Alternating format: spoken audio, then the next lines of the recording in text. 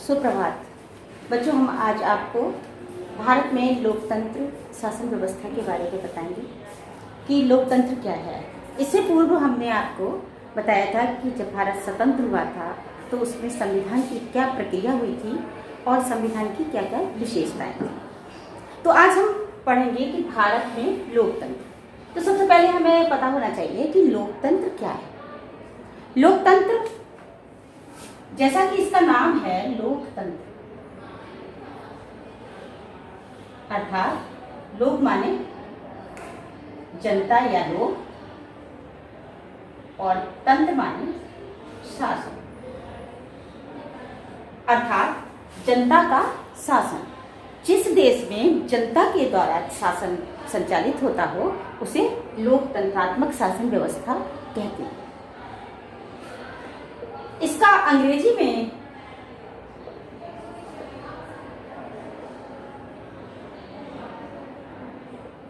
इसे कहते हैं डेमोक्रेसी।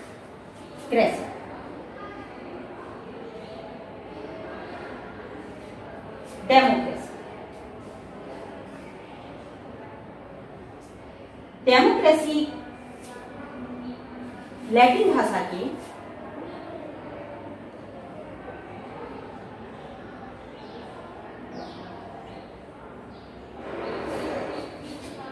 दो शब्दों से मिलकर बनी है, डेमोस प्लस क्रेटिया। डेमोस और क्रेटिया। डेमोस का तात्पर्य होता है जनता और क्रेटिया का तात्पर्य होता है शासन। अर्थात जिस प्रकार से लोकतंत्र जनता का शासन, इसी प्रकार से लैटिन भाषा में भी दो शब्द को मिलाकर बनाया गया है, जनता का शासन। क्रेटिया माने शासन, जनता का शासन। जिस स्थान पर जनता के द्वारा शासन किया जाता है उसे डेमोक्रेसी या लोकतंत्र कहते हैं। इसकी परिभाषा सीले ने दी है। सीले ने कहा है कि लोकतंत्र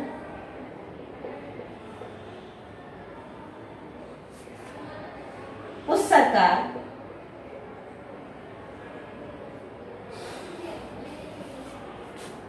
को कहते हैं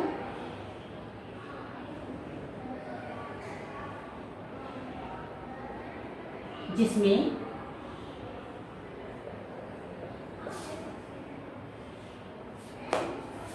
हर व्यक्ति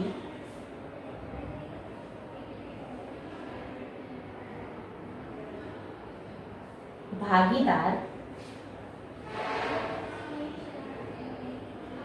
है।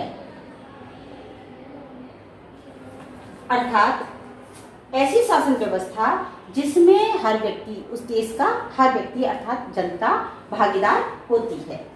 अब्राहम लिंकन का नाम तो आपने सुना ही होगा बहुत अधिक। अब्राहम लिंकन का कहना है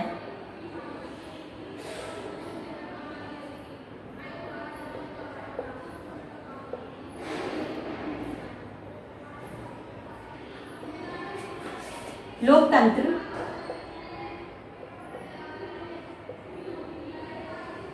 जनता का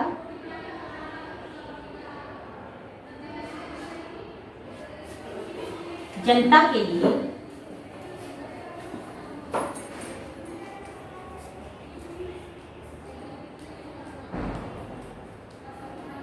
जनता के द्वारा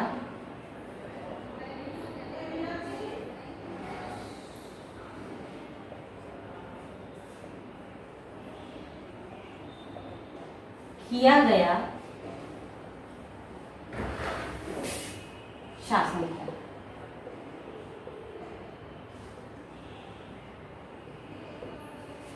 लोकतंत्र जनता के लिए, जनता के लिए जनता के द्वारा किया गया शासन है। तो आपको लोकतंत्र के बारे में अच्छे से समझ में आ गया होगा। अब ये लोकतंत्रात्मक जो शासन व्यवस्था होती है वो दो प्रकार की होती है। इसके दो प्रकार होते हैं, एक होता है प्रत्यक्ष लोकतंत्रात्मक शासन व्यवस्था और दूसरी होती है अप्रत्यक्ष शासन व्यवस्था। लोकतंत्र के प्रकार।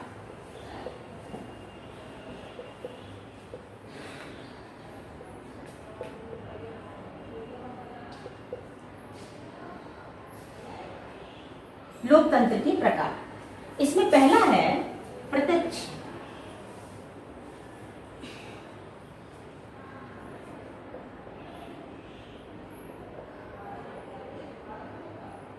प्रत्यक्ष लोकतंत्र, जैसा कि इसमें दिया हुआ है प्रत्यक्ष लोकतंत्र मतलब जो दिखाई दे, जनता के द्वारा प्रत्यक्ष रूप से सभी जितनी भी जनता है सभी का शासन व्यवस्था हो, उसका ही बनाया हुआ कानून हो, तो जनता का हर व्यक्ति उसमें भागीदारी करता हो और शासन व्यवस्था संभालता हो।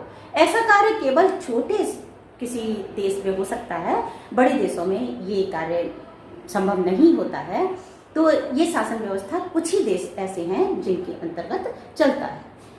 दूसरा आता है अप्रत्यक्ष शासन व्यवस्था।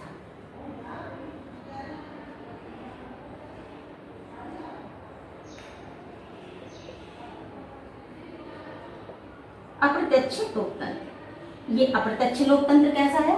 अप्रत्यक्ष लोकतंत्र का तात्पर्य है, जैसे कि हमारे भारत में अप्रत्यक्ष लोकतंत्र चलता है कि जनता के द्वारा शासन है, लेकिन जनता ने अपना एक प्रतिनिधि संसद के अंदर दिया हुआ है, उसके द्वारा शासन व्यवस्था चलती है।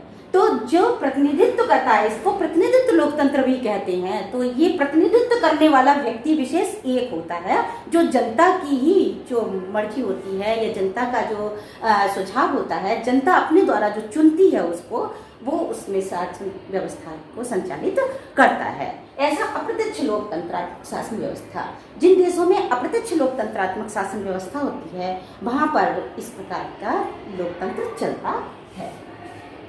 अब हम आपको बताएंगे कि लोकतंत्र शासन व्यवस्था के गुण क्या क्या हैं।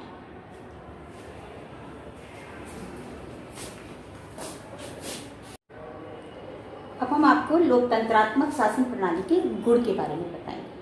सबसे पहला है व्यक्तित्व में सहायक, अर्थात जहाँ लोकतंत्रात्मक शासन प्रणाली होती है, जनता के द्वारा शासन होता है, तो उसमें सभी जनता के जितने भी व्यक्ति हैं सभी के अंदर अपने व्यक्तित्व को बढ़ाने के लिए पूर्ण रूप से स्वतंत्रता प्राप्त होती है।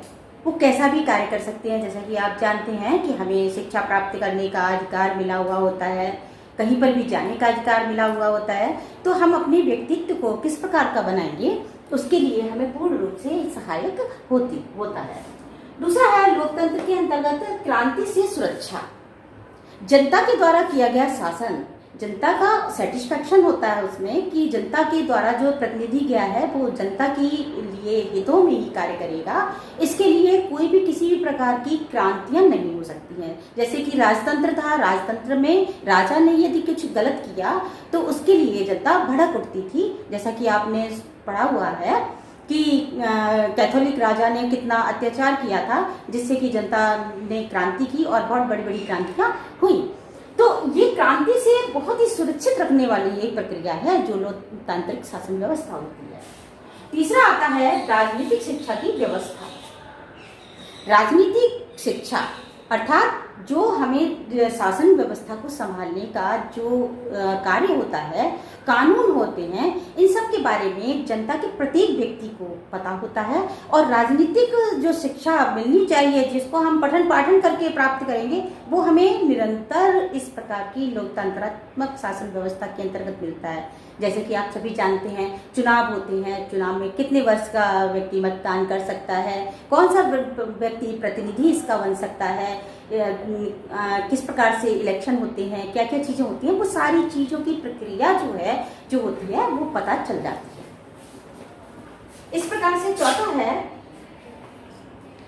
चौथा आता है समानता का पोषक।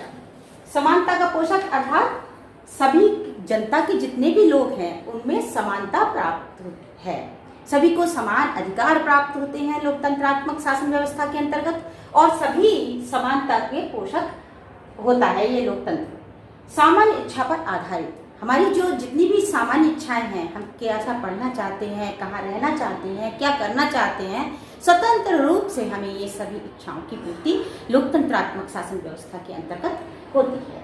अगला है सर्वसाधारण के हितों की सुरक्षा।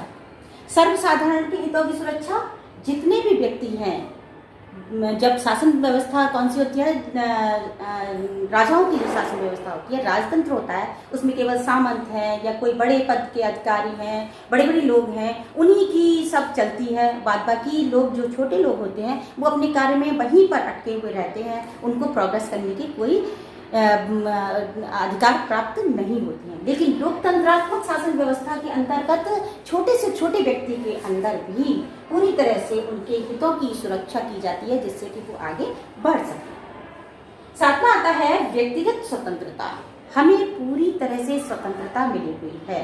आपने देखा होगा, आप लोग विद्यालय आते हैं, आपके पिता माता जो भी कार्य करते हैं, बाहर जाना होता है, कहीं कुछ भी करना होता है, तो स्वतंत्र रूप से हम सभी कार्य करते हैं। लेकिन राजतंत्र में ऐसा नहीं पाया जाता।